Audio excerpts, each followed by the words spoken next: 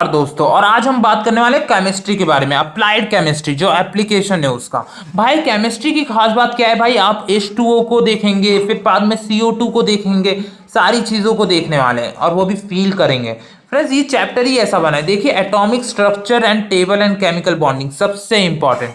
ये सिलेबस जो हम देखने वाले हैं ना भाई, बहुत मस्त है सिलेबस, बहुत मस्त है। Atomic structure, periodic table, chemical bonding सारा एक ही सब्जेक्ट में, मतलब एक ही चैप्टर में। सोचिए कितना बड़ा चैप्टर होगा, और इतना बड़ा चैप्टर है और बेसिक्स है। बोर्स मॉडल आपने पढ़ा ही होगा, atomic number, definition, orbit, Aufbau principle, Pauli exclusion, ये तीनों तो पूछते ही है यार। हुंस प्रिंसिपल, मैं आपको क्या बताऊं यार, अफबाउ प्रिंसिपल, फिर बाद में पॉली एक्सक्लूजन एंड हुंस रूल, ये पढ़ के जाइएगा। इसके बाद आप मॉडर्न पीरियोडिक लॉ और इसका पीरियोडिक टेबल, और फिर बाद में ग्रुप एंड पीरियड्स, ये सब पढ़ के जाइए। SPDF ब्लॉक पढ़ के जाइए, SPDF ब्लॉक याद रखना, तीनों पढ़ के जाइए चारों। केमिकल बॉन्डिंग और ग्रुप निकालना, पीरियड निकालना, ये सब बच्चों का खेल होता है। मैं जहाँ तक जानता हूँ क्लास 11th में भी था। ग्रुप निकालना, पीरियड निकालना सिर्फ एटम का नाम देके और उसका परमाणु क्रमांक देके, ये सब आपको करना आना चाहिए। मतलब इस चीज में आप यही सीखेंगे। फ्यूल्स एंड लिब्रिकेंट्स भाई सबसे इंपॉर्टेंट चैप्टर है यार, इसी पे आपको असाइनमेंट भी मिलता है। इसमें आप क्या पढ़ेंगे यार, डेफिनेशन ऑफ फ्यूल, फ्यूल कितने टाइप के होते हैं, characteristics of good fuel, calorific value सबसे important, high calorific value, low calorific value. आप इससे कोल पढ़ेंगे, फ्यूल रेटिंग पढ़ेंगे, ऑक्टेन नंबर, सीटेन नंबर मत भूलना। फिर इसके बाद LPG एंड CNG, एंड इसके बाद जो पाइपलाइन नेचुरल गैस निकल रही है वो भी, एलिमेंट्री आइडियल, और फिर बाद में इक्वेशन, एलिमेंट्री आइडियल ऑन, जो भी ये सब ज़्यादा काम नहीं आएगा। लुब्रिकेंट सबसे इंपॉर्टेंट यार, लुब्रिकेंट्स एंड सिंथेटिक, ये तो मोस्ट इंपॉर्टेंट है। फ्यूल, क्लैरिफिक वैल्यू, कोल और ऑक्टेन, सीटेन नंबर, और लुब्रिकेंट्स और सिंथेटिक, ये जो भी मैं टॉपिक का नाम बोल रहा हूँ ना, ये सबसे इंपॉर्टेंट है। इसके बाद तो बाकी चीज़ें बाद में, बॉम्ब कैलोरीमीटर, ये सब पढ़ना पड़ेगा आपको, याद रखना। अब वाटर, वाटर में क्या इंपॉर्टेंट है, हार्डनेस, टेम्पररी हार्डनेस, ये सब तो आप पढ़ते ही हो। कौन आजकल पूछता है भाई कि वाटर है, वाटर का H2O कोई नहीं पूछता, वो आपको पता ही होगा, सबको पता है। इसके बाद क्या आता है, क्लासिफिकेशन ऑफ वाटर। तो देखिए आ गया सॉफ्ट वाटर, हार्ड वाटर। जैसे ही हार्ड वाटर की बात आ गई, हार्ड वाटर कठोर जल होता है, तो भाई action of shop on water, hardness के ऊपर है सारा ये। सॉफ्ट वाटर के बारे में ज्यादा कोई नहीं पूछता, ज्यादा करके लोग हार्डनेस पे पूछेंगे। हार्डनेस पे causes of hardness, units of hardness सबसे इंपॉर्टेंट है। यूनिट ऑफ हार्डनेस तक पूछ लेते हैं सवाल में, pH पूछ लेते हैं, बफर सॉल्यूशन पूछ लेते हैं, बफर सॉल्यूशन के साथ उनका एप्लीकेशन पूछ लेते हैं, डिसएडवांटेजेस पूछ लेते हैं यार हार्ड वाटर के। और सबसे इंपॉर्टेंट यार, मैं तो अभी कुछ बताया ही नहीं हूँ, हार्ड वाटर में आए हो तो ऐसे थोड़ी कोई जाने देगा। सबसे इंपॉर्टेंट यहाँ पर है EDTA और ओ हेनर्स मेथड, इनको तो रटा रट रख लेना। EDTA का full form ethylene diamine tetraacetic acid, इस पे डायरेक्ट आपको एक्सपेरिमेंट करने को मिलेगा। ओ हेनर्स मेथड, ये तो सबसे इंपॉर्टेंट है यार। ये तरीके क्या है, आपको किसी भी तरह ना जो पानी कठोर है उसको ना सॉफ्ट करना है, पीने लायक बनाना है, तो ये इस्तेमाल लायक। वाटर स्टैंडर्ड क्वालिटी सबसे इंपॉर्टेंट है। और WHO जिसने कोरोना की वजह से फैल गया, उसकी की वजह से फैला है शायद, तो यही उसके वजह से पढ़ोगे कि वाटर क्वालिटी स्टैंडर्ड उसने क्या बनाया है। अगर इसने, सच कहता हूँ, कोरोना अगर इसने बचाया होता तो बच गया होता, लेकिन इसने बहुत गलत काम किया चाइना की मदद करके। Municipality waste water treatment, definition of BOD COD, भाई ये अभी भी लोग पढ़ते हैं, ये मत भूलना भाई। एनवायरमेंटल स्टडी से एक चैप्टर है, उसमें सिलेबस है जो आपको 4th सेमेस्टर में मिलेगा, उसमें BOD COD पढ़ते हो वापस। तो biochemical oxygen demand, chemical oxygen demand, ये मत भूलना, सबसे इंपॉर्टेंट है। इलेक्ट्रोकेमिस्ट्री, यहाँ तो बेसिक पढ़ोगे, टेंशन मत लेना।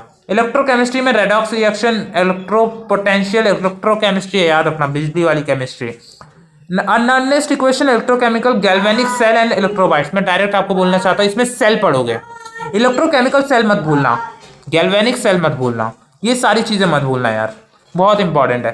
कोराइजन या कोरोजन में ये ना पढ़ना, मतलब कोरोजन एंड इट्स कंट्रोल सबसे इंपॉर्टेंट है यार। कोरोजन में आप ना डेफिनेशंस ऑफ कोरोजन पढ़ोगे, फैक्टर्स उसके पढ़ोगे, इसके बाद theory, dry and wet corrosion. यार ऐसा ना हो कि आप ये ना पढ़ो, मतलब मुश्किल हो जाएगा आपके लिए जीना। डेफिनेशन ऑफ पासिविटी, भाई गैल्वेनिक सीरीज, करोजन को अब कंट्रोल तो करना है ना। करोजन क्या है, जंग लगना यार एक्चुअली, अब जंग को हटाना तो पड़ेगा ना, कंट्रोल करना है भाई। एक हमारे जमाने के, मतलब हमारे जमाने नहीं, अशोका के जमाने की जो पिलर है, जो कुतुब मीनार के कुछ, सॉरी कुतुब मीनार ना, हाँ शायद उसी के 1 किलोमीटर दूर एक वो है, क्या कहते हैं उसे, पिलर, वो आज तक जंग नहीं लगा। और आज के ज़माने की जो चीज़ें हैं ना, उस पर जंग लग जाती है। अब वो लोग मान ली कौन सी केमिस्ट्री इस्तेमाल करते थे, लेकिन हम जो केमिस्ट्री इस्तेमाल करते हैं उससे जंग लगना ही है, तो इसलिए जंग लगते हैं उसको बचाना है, तो वो सारी चीज़ें आप यहाँ सीखोगे भाई। सीख लेना, सबसे इंपॉर्टेंट है metal coating, inorganic coating, organic coating. भाई अगर ये सब पढ़ के गए ना डीप में, इसके बाद कोई आपको हरा नहीं सकता, इतनी गारंटी देता हूँ। ऑर्गेनिक कंपाउंड भाई ये आखिरी यूनिट है, सबसे इंपॉर्टेंट यूनिट है। ऑर्गेनिक कंपाउंड ना पढ़ो ऐसा हो नहीं सकता है। पॉलीमर एंड प्लास्टिक्स सबसे इंपॉर्टेंट है। पॉलीमर प्लास्टिक सबसे बेसिक है एक्चुअली, मैं बोलना चाहता हूँ आपको। इस पे तो डायरेक्ट मिल जाएगा, पॉलीथीन का बोल दो CH2 मतलब जो भी हो। टेफ्लॉन CF याद है, CF2 ऐसा कुछ भी था। ये सब के बैकेलाइट यार, CH3COOH वो तो एसिटिक एसिड था, CH3COOH। नाइलॉन 66 और बैकेलाइट, ये सब मतलब आपको 5 ही पढ़ना है। Polyethylene, PS, polystyrene, polyvinyl chloride सबसे इंपॉर्टेंट, टेफ्लॉन, नाइलॉन 66, बैकेलाइट, ये सब पढ़ के रखना, ये सब पढ़ के रखना। ये डायरेक्ट मैं बता रहा हूँ, ये चीज़ें आती है और एग्जाम में डायरेक्ट अगर पास होने के लिए पढ़ रहे हो तो यही पढ़ के जाओ, मतलब ये पक्का आएगा। मतलब हर चैप्टर से कुछ मार्क्स आते हैं ना एग्जाम में, तो इसमें से कुछ पक्के आते हैं। IUPAC मत भूलना यार, थोड़ा टफ लेवल जाएगा लेकिन ईजी है। मत मतलब घोट लेना, बहुत ईजी है, बहुत मस्त है। Definition of polymer monomer, degree of polymerization, equation 2 number के वो डेफिनेशन आ जाते हैं। Definition of plastic, thermoplastic, thermosetting plastic. Plastic के बारे में ना पढ़ो ऐसा हो नहीं सकता यार, प्लास्टिक ने तो दुनिया बर्बाद करके रखी है, प्लास्टिक नहीं पढ़ोगे काम हो नहीं सकता। Application of polymers in industry and daily life सबसे इंपॉर्टेंट यार, इसको मत भूलना। एप्लीकेशन ऑफ पॉलीमर्स, लेकिन हाँ सबसे ज्यादा एप्लीकेशन पढ़ोगे तो ये भी पढ़ लेना, polyethylene, PS, PVC, Teflon, polymerization equation इनका पढ़ लेना। फिर करोजन कंट्रोल में आप, आई होप आपको पता चल गया हो आपको क्या क्या पढ़ना है। मैंने डीप में बता दिया क्या इंपॉर्टेंट है क्या नहीं। अब मैं आपको बताना चाहता हूँ, ये PDF आपको ग्रुप में मिल जाएगा, ले लेना, वरना BTUP की साइट से भी डाउनलोड कर सकते हो। और एटॉमिक स्ट्रक्चर को मत भूलना भाई। फिर atomic structure, chemical bonding, periodic table, ये 3 of A fuels and lubricant, water, इसके बाद electrochemistry, corrosion and control and organic compounds, polymer and plastic. सबसे कम सब्जेक्ट सिलेबस है, मतलब सबसे कम टॉपिक्स है। ज़्यादा टॉपिक्स है एक्चुअली, लेकिन कम पढ़ना है। ज़्यादा टॉपिक मतलब सबके बारे में थोड़ा थोड़ा पता होना चाहिए। आप इंजीनियर हो ना, आप इंजीनियर बनने वाले हो, तो सबके बारे में कम थोड़ा थोड़ा पता होना चाहिए, यही चीज़ किया जाएगा। तो इसलिए प्लीज़ सबके बारे में पढ़िएगा, डीप में पढ़िएगा, क्योंकि मैं तो कहूँगा करोजन, फ्यूल्स एंड लुब्रिकेंट को छोड़ना मत यार, पढ़ते रहो। लुब्रिकेंट्स एंड फ्यूल, आपने अभी क्या आवाज़ सुनी, वो थी बाइक की आवाज़।